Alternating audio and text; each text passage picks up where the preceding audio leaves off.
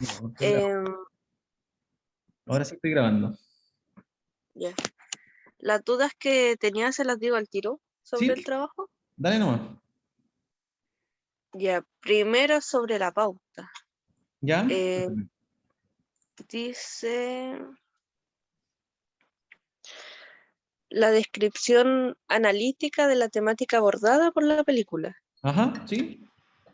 ¿A qué se refiere con la temática abordada? Ah, por ejemplo, no sé, ¿por qué película elegiste? Un intento interrumpido. No soy interrumpido, no sé, pues entonces contar un poco la trama de qué trata la película, pues me cachai, un poco como contextualizarla en eso. Bueno, la película trata de esto, XXXX, y ahí tú después explicáis y la relacionáis con el fenómeno de la... Pero con descripción analítica supongo que se refiere a que no parezca resumen de película, sino que igual Oh, tenga... claro, claro, claro, a eso me refiero. No es que sea una descripción puramente como la película, como periodista. No sé si me captáis la idea. Sí, sí, sí, entiendo. Sí. Lo otro, Ajá, el primer punto que dice contexto de la temática salud mental y psiquiatría. ya. Lo que no me queda claro es si es contexto de la salud mental en los años que pasa la película, A ver, ¿me lo podéis leer de nuevo? contexto de la temática salud mental y psiquiatría. A ver, déjame leerla yo. Déjame buscarla, dame un segundo, que no me acuerdo. Es que Eh, Hola, literal solo dice hola, eso. hola. Voy a mirarla en el otro computador mientras, un segundito. Ya. Me tengo que meter a rico. Voy a parar la grabación mientras, para que no se grabe esto.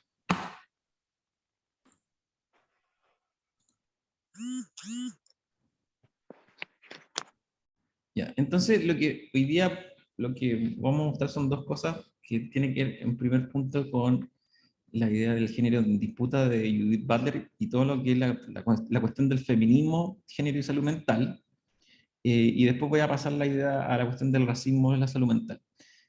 Pongo a Judith Butler porque, digamos, el texto del género en disputa va a ser el texto que va a cambiar de alguna manera la forma de ver la cuestión del género, ya no como una sexualidad, sino como un modo, una opción cultural, política, en que el feminismo va a disputar ahora, digamos, la construcción del género, algo que Judith Butler no va a poder hacer también sin el pensamiento Foucaultiano, sin el pensamiento derridiano, por ejemplo, y que a la base está justamente en criticar esta construcción social sobre la sexualidad y el propio género. Eh, para eso uno tenemos que ir al feminismo en la historia, y el feminismo nace a propósito de la violencia sistemática del patriarcado contra la mujer. Y en el patriarcado el hombre se visualiza como el ser humano que posee una supremacía por sobre la mujer, es decir, la mujer es inferior al hombre. Y como el patriarcado lleva siglos como modelo organizacional, se establece también como un paradigma hegemónico. Entonces el patriarcado está en la estructura de alguna forma. Por eso ahí uno habla de que Judith Butler también es una postestructuralista de algún modo, crítica en ese sentido, porque lo que está haciendo es develar cómo en la estructura del patriarcado está implícito, en la estructura social está implícito el patriarcado. Y eso está dado a partir del lenguaje, la construcción del lenguaje en el poder, la construcción del hombre como desde el poder y en las relaciones sociales. Entonces ahí, en esa estructura básica digamos, de la sociedad, estaría incrustado el patriarcado como estructura. Y a partir de esa estructura, la estructura del patriarcado, especialmente en el lenguaje, es lo que se van a crear ciertos estereotipos basados en la inferioridad de la mujer. Los estereotipos de género, va a decir Judith Butler. Entonces, el sexo débil, detrás de un hombre siempre hay una mujer, es porque eres mujer, la histérica, está en sus días, etc. Y es súper interesante eso porque aparece como aparecen estereotipos justamente para inferiorizar a la mujer frente a la condición de ser hombre. Y esto no los coloco ahí a propósito, sino que tiene su sentido. La noción de histérica, por ejemplo, es una noción súper interesante porque el histerismo fue el diagnóstico psiquiátrico más importante relacionado con la mujer hasta la actualidad. Entonces, de ese modo se instala el machismo como una consecuencia de la estructura patriarcal, es decir, el machismo se va a entender como una construcción social, va a decir Judith Butler, y es un modo particular de concebir el rol masculino, modo que surge un poco de la rigidez de la mayor parte de las sociedades contemporáneas, y que generan expectativas de comportamiento en torno al varón y por lo tanto en torno a la mujer, y que incluyen valores y actividades determinadas. Entonces, como consecuencia, se reproduce una cultura machista, tanto en ideas, valores, actitudes, desigualdad, discriminación, etc. Y eso va a fundar de algún modo las prácticas de violencia y el maltrato a la mujer, en el contexto de la familia patriarcal. Eh, entonces, de alguna manera, la autoridad masculina no se cuestiona y se legitima el uso de la violencia para corregir las desviaciones femeninas. Entonces, frente a una conducta desviada de la mujer, lo que aparece es inmediatamente el patriarcado. Lo que acá hay de decir, por ejemplo, no recuerdo quién lo dijo, que se le hospitalizaba a esa persona porque era promiscua, por ejemplo. O sea, sin embargo, la promiscuidad cuando aparece, por ejemplo, en el caso de la mujer, es condenada socialmente, pero cuando el hombre es promiscuo es valorado socialmente. Por ejemplo, las películas hollywoodenses muestran mucho eso, el hombre que es promiscuo es como mucho más galán, siempre lo muestran como una persona mucho más ganadora, etcétera. En cambio, una mujer que es promiscua siempre la muestran como una puta, básicamente. Entonces, ahí es donde funciona, por ejemplo, un estereotipo de género, y justamente lo que ha hecho la psiquiatría durante muchos años es fortalecer esos estereotipos de género, y en el caso de lo que dice ahí, por ejemplo, la autoridad masculina no se cuestiona y legitima ese uso de la violencia, entonces corrige, como diría Michel Foucault, corrige y disciplina a la mujer para que no se comporte de ese modo. Y una de esas cosas, por ejemplo, en el caso de la película del Cisne Negro, o no sé, por el lado de las cosas, en el caso también de Nación Prozac, se condena y se castiga, en el caso de la mujer. Entonces hay un poder absoluto del hombre hacia la mujer en relación al patriarcado, y por eso es tan fuerte la noción de patriarcado.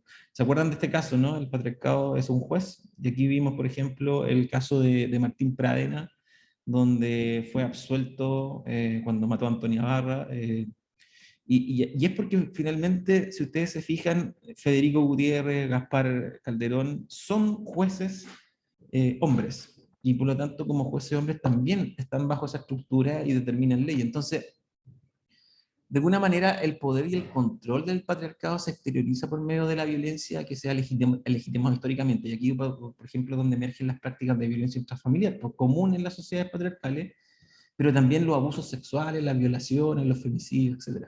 Entonces, de alguna manera, esta estructura social a la que Judith Butler asocia el problema del machismo y el patriarcado, tiene consecuencias en la estructura, tiene consecuencias disciplinares. Por ejemplo, aquí lo vemos en la estructura de la justicia, del derecho. El derecho es escrito por hombres. Pero nosotros podemos llegarlo incluso también a un problema como la psiquiatría.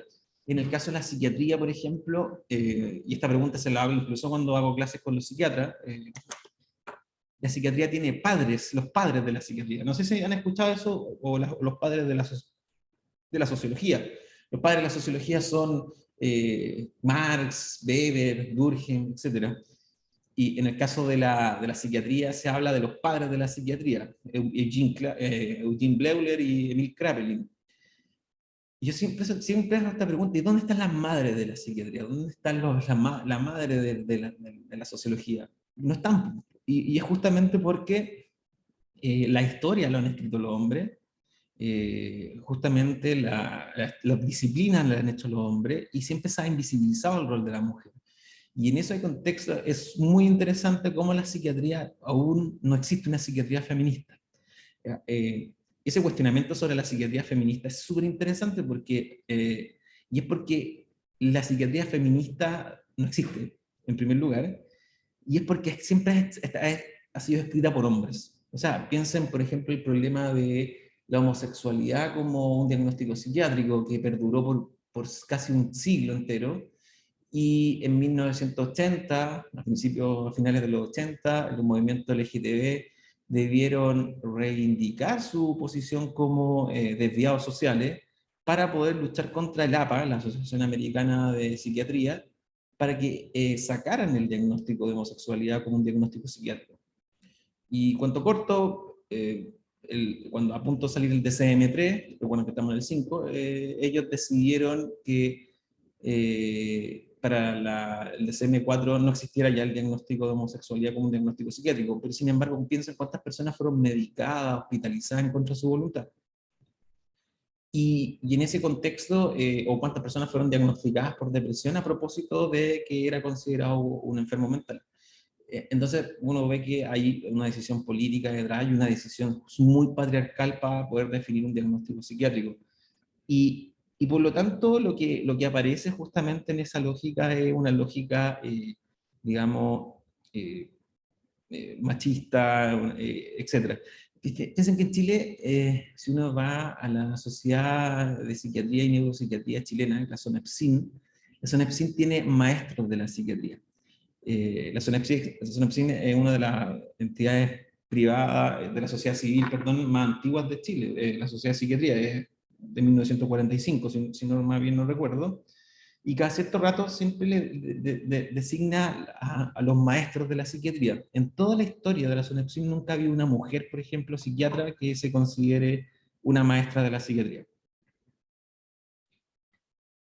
Entonces, es importante ir viendo el feminismo con este intercalado de la salud mental. Y por eso es importante también que conozcan ustedes, yo también aprovecho de mostrar esto, como tenemos un poco más de tiempo no hay problema, la primera ola, o sea, la primera, la segunda, la tercera ola. Entonces, en la primera ola, que es la historia del feminismo finalmente, que se da entre el siglo XVIII y el siglo XIX, el feminismo está constituido en un principio como un movimiento social que busca vindicar los derechos de las mujeres en las sociedades patriarcales. No reivindicar, sino vindicar, porque recuerden que las mujeres no tuvieron derecho hasta hace muy poco tiempo.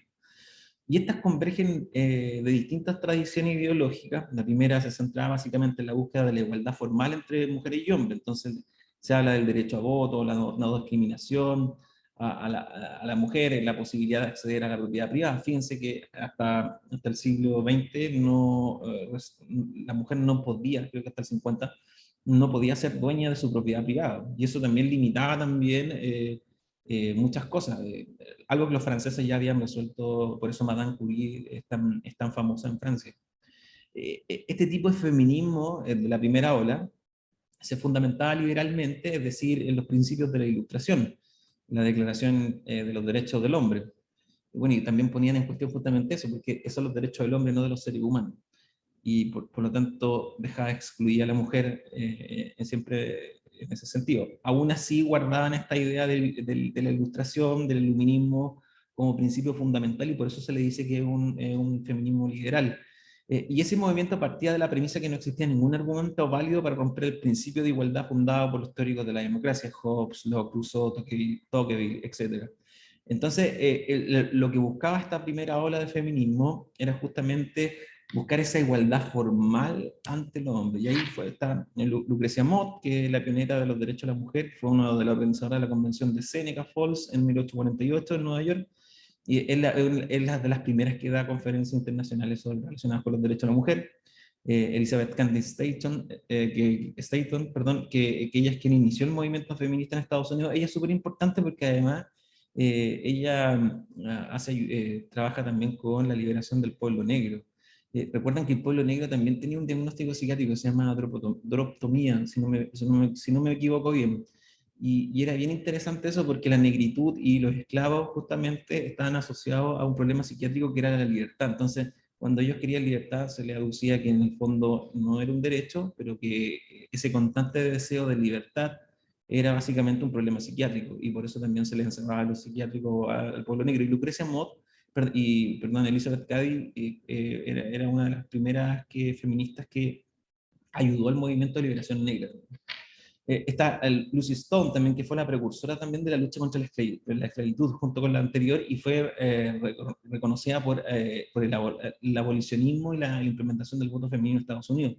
Ella, también, Lucy Stone, también hace lo mismo que la anterior. Sin embargo, por ejemplo, cuando uno ve que la lucha contra el abolicionismo es una lucha que, eso, digamos, fue nombrada en los libros de historia, ella no es nombrada mucho. Básicamente son los hombres los que son nombrados en los libros sobre el tema del abolicionismo negro en Estados Unidos, y eso implica también que la historia fue escrita por hombres, no por mujeres. Y por último, Susan Anthony, que ella fue la principal defensora de los derechos de la mujer y el voto femenino, y es la principal figura del movimiento de la primera ola de ella. Susan Anthony, que es la más importante de todas, de hecho se han hecho películas de ella. Sin embargo, ya en 1960 y 1980 aparece lo que se llama la segunda ola. Y aquí parte con la influencia filosófica de Marx y se aleja ya del individualismo liberal del periodo anterior. Ya las mujeres acá pueden votar, hay una especie de liberación del cuerpo también de la mujer. Y aquí el feminismo pone en relieve el problema de fondo que es el patriarcado. Entonces, el patriarcado debe ser atacado con una óptica comunitaria y colectiva, y es justamente lo que plantea este feminismo. Y aparecen dos ramas fundamentales, un feminismo de las diferencias y un feminismo de la igualdad.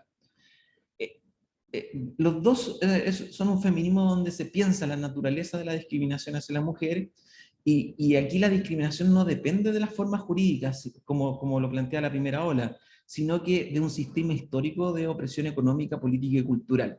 Entonces, por un lado, ya tenemos superada la primera ola, ya se le da un reconocimiento a la mujer, entonces ahora el avance del feminismo de la segunda ola tiene que ver justamente con una reivindicación, no en términos jurídicos o formales, sino más bien con este sistema histórico de opresión económica y política y cultural que el patriarcado y el machismo instalaron en la sociedad.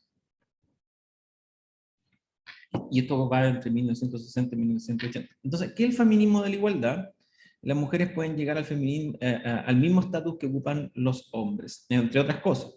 Entonces, el género se va a entender como un constructo social que históricamente ha sido el vehículo de la opresión de las mujeres.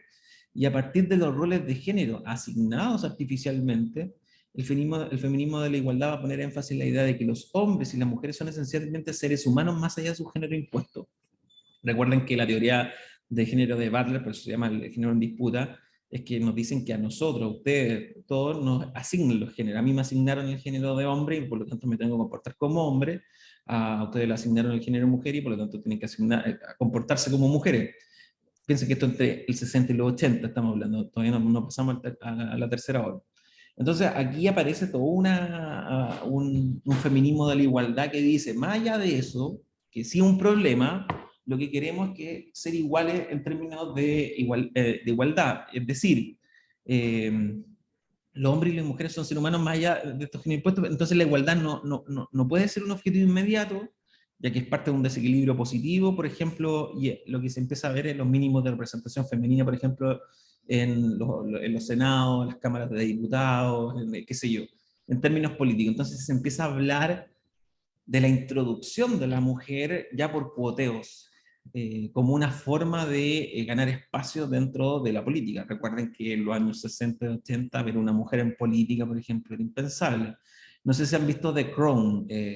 En The Crown, por ejemplo, más allá que la reina es reina por ser reina, porque es un linaje real, los políticos siempre eran hombres, y cuando aparece Margaret Thatcher también aparece todo un revuelo de por qué es la primera mujer, estamos hablando a finales de los años 77 por ahí, y se le cuestiona por ser mujer. Y es interesante porque cuando tú veías a Margaret Thatcher conocida como la dama de hierro, pero cuando muestran la intimidad en la película de Margaret Thatcher, ella está planchando, ella está haciendo el aseo, y su marido sentado en el, en el living leyendo el diario, viendo tele.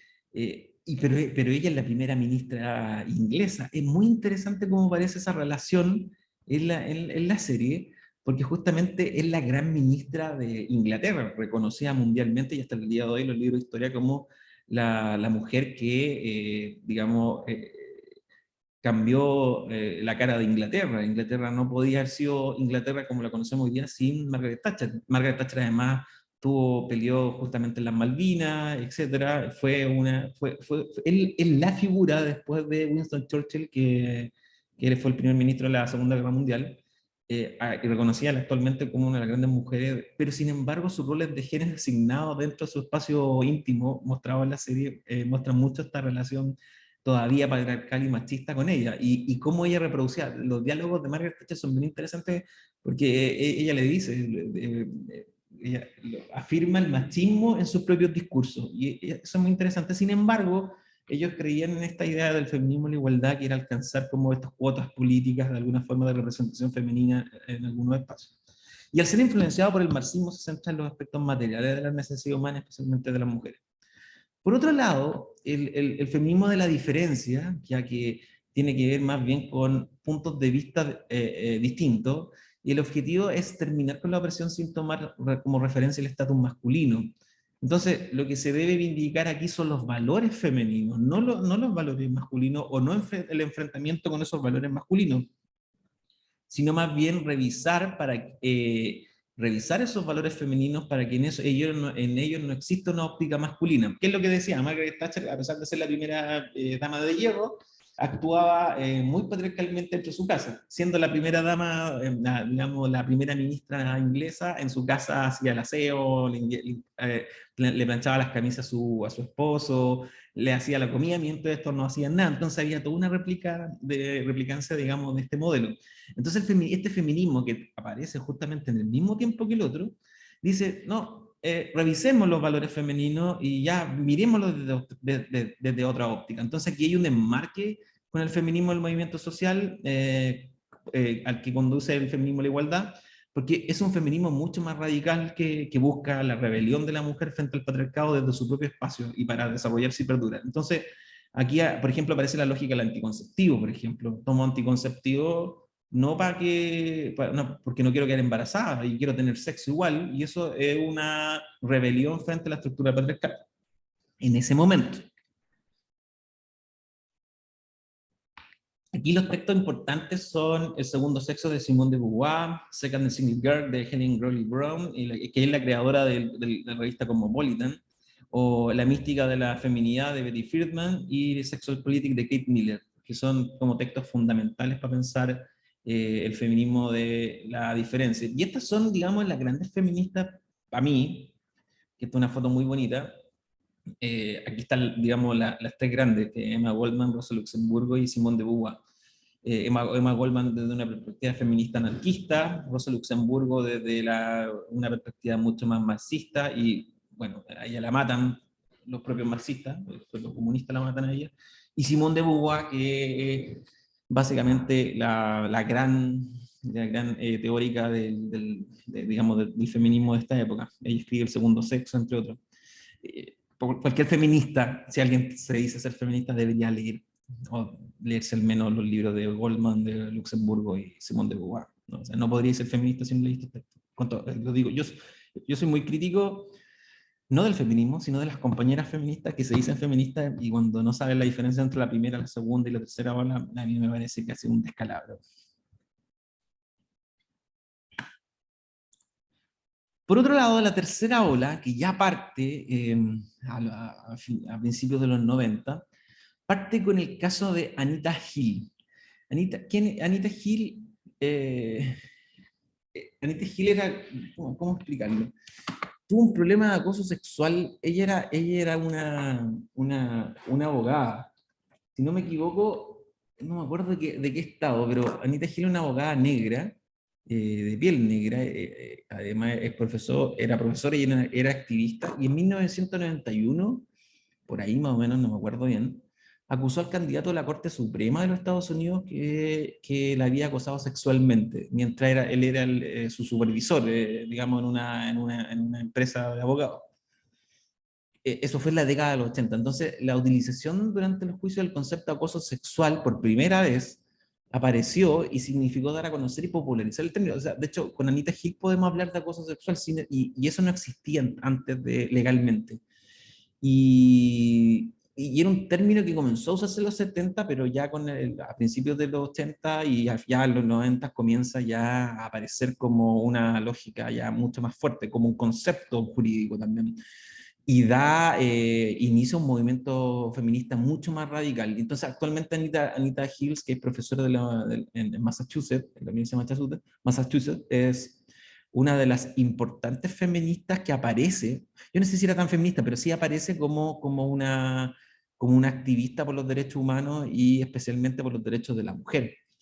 Y eso podría decirse que parte ya en los años 90, y esto da inicio a la tercera ola del movimiento feminista. Entonces, hasta los años 90, aquí el énfasis se va a poner en la subjetividad, es decir, está mucho más allá que el feminismo de la igualdad, mucho más allá que el feminismo de la diferencia, está mucho más allá que las feministas del siglo XIX, etcétera.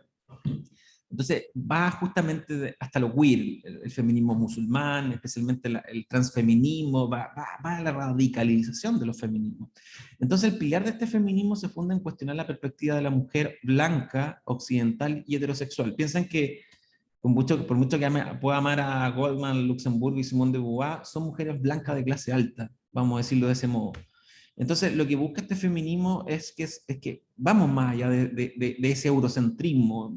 Entonces aparece la mujer, el feminismo negro, aparece el feminismo chicano, aparece el feminismo de la frontera, el feminismo boliviano, el anarquismo feminista boliviano, etcétera, etcétera, etcétera, el feminismo indígena, etcétera. Entonces, porque el género, aquello definido biológicamente según la psiquiatría, no es más que una construcción histórica del patriarcado con artefactos políticos. Por lo tanto, las personas con características físicas asociadas a lo femenino dejan de ser el principal sujeto de emancipación. Entonces, la transformación debe ser alcanzada por otro tipo de minorías sexuales.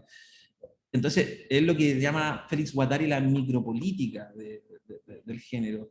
Entonces aquí aparece lo transexual, el gender fluid, el post-porno, el weird girl, entre otros. Entonces aparece toda una otra forma de entender el feminismo. Y los textos fundamentales de esta tercera ola son el género en disputa de Judith Butler, la historia de la sexualidad de Michel Foucault, Becoming the Third Wave de Rebecca Walker, el manifiesto contrasexual y texto yonki y pornotopía de Paul Preciado, el manifiesto cyber de Donna Haraway. Entonces ya la sexualidad no se va a entender como una sexualidad heteronormada o homosexual. Entonces va más allá de eso. Podemos entenderla como una heterosexualidad, podemos entenderla como sexualidad, podemos entenderla como bisexualidad, como pansexualidad, dimisexualidad, litisexualidad, autosexualidad, antrosexualidad, polisexualidad o asexualidad. Entonces ahora lo que ha empujado a la tercera ola es que ya la tercera ola del feminismo amplió la lógica de la sexualidad, amplió el género, puso en cuestión este género construido artificialmente y nos llevó a pensar de algún modo el género de otro modo.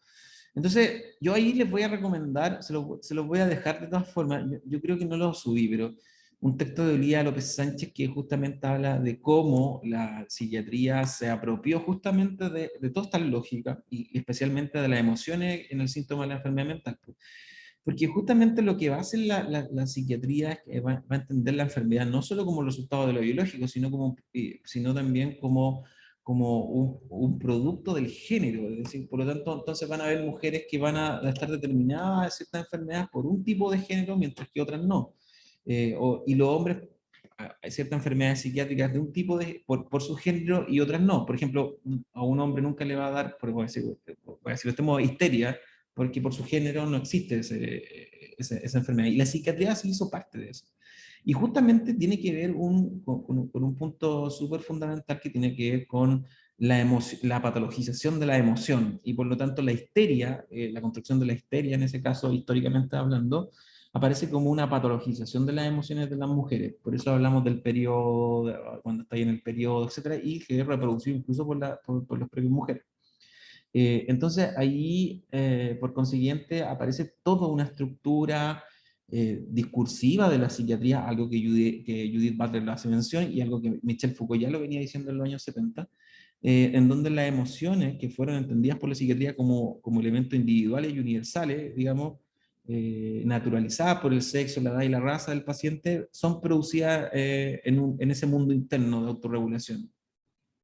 Y no solamente orgánica, también social. Y por lo tanto va a surge ese nuevo orden psiquiátrico donde la mujer tiene ciertas enfermedades relacionadas con su género.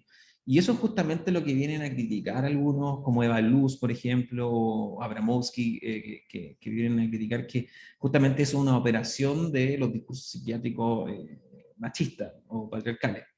Entonces, por ejemplo, la histeria y las emociones relacionadas, o como dice, como le llama Olivia López Sánchez, recuerdo, la histeria y las emociones voluptuosas, le dice, que un padecimiento que representó un desafío para la ciencia porque construyó un fenómeno mental escurridizo en el momento para describirlo y descifrarlo. Entonces, los rasgos sintomatológicos de la histeria desmintieron la regularidad científica. Entonces, cuando uno se fija en la histeria, lo que uno encuentra es que no hay ciencia ahí. Justamente lo que hay es puro machismo, puro patriarcado, porque carece no respeta las leyes de la anatomía de alguna manera. Entonces, por ejemplo, una persona de histeria no tiene una lesión cerebral identificable para nada. No hay síntomas que están relacionados con, digamos, la sintomatología psiquiátrica como tal. La sintomatología de la histeria representó de alguna forma un amplio repertorio de conocimiento sobre el deseo, la sexualidad, el goce. Entonces, por eso cuando fue interesante la pregunta que hicieron al principio sobre la idea de que una mujer era hospitalizada porque era promiscua. Y es justamente porque ahí detrás de eso hay un problema de estructura patriarcal de una disciplina.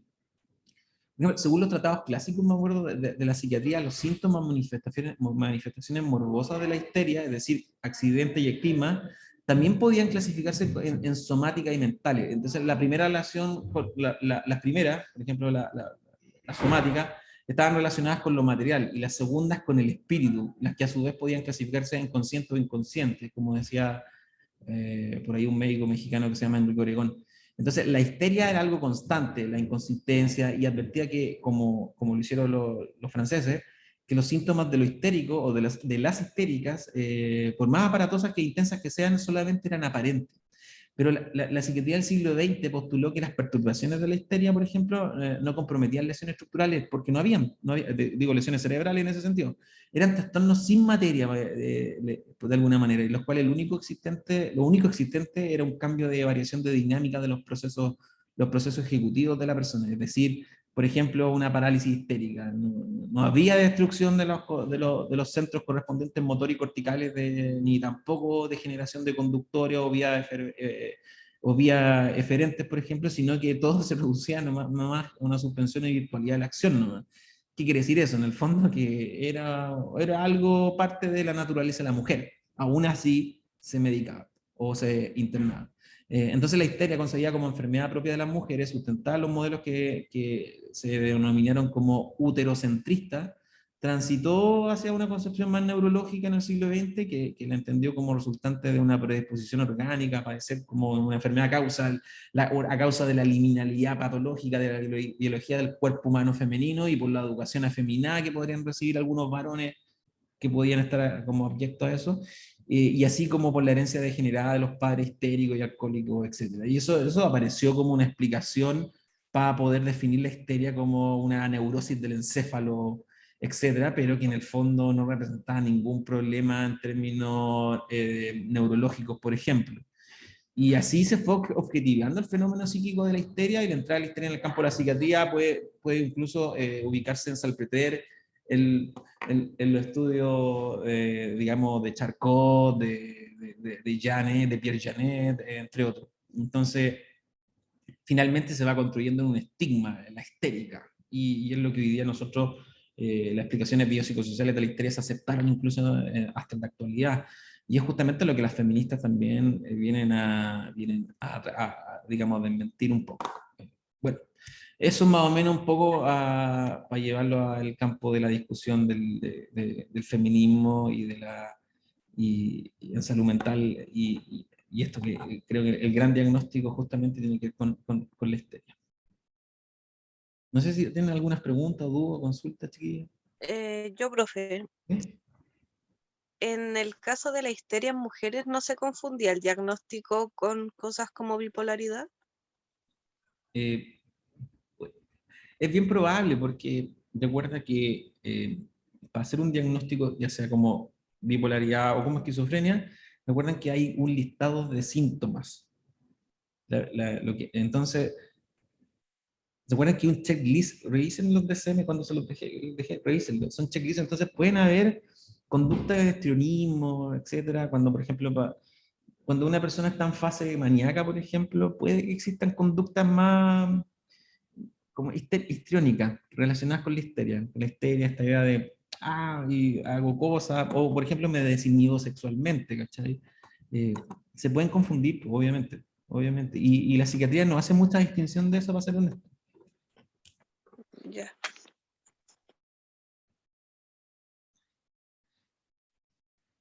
Bien. Voy a cerrar esta sesión, no cerrarla, sino voy a parar, no puedo hacerlo.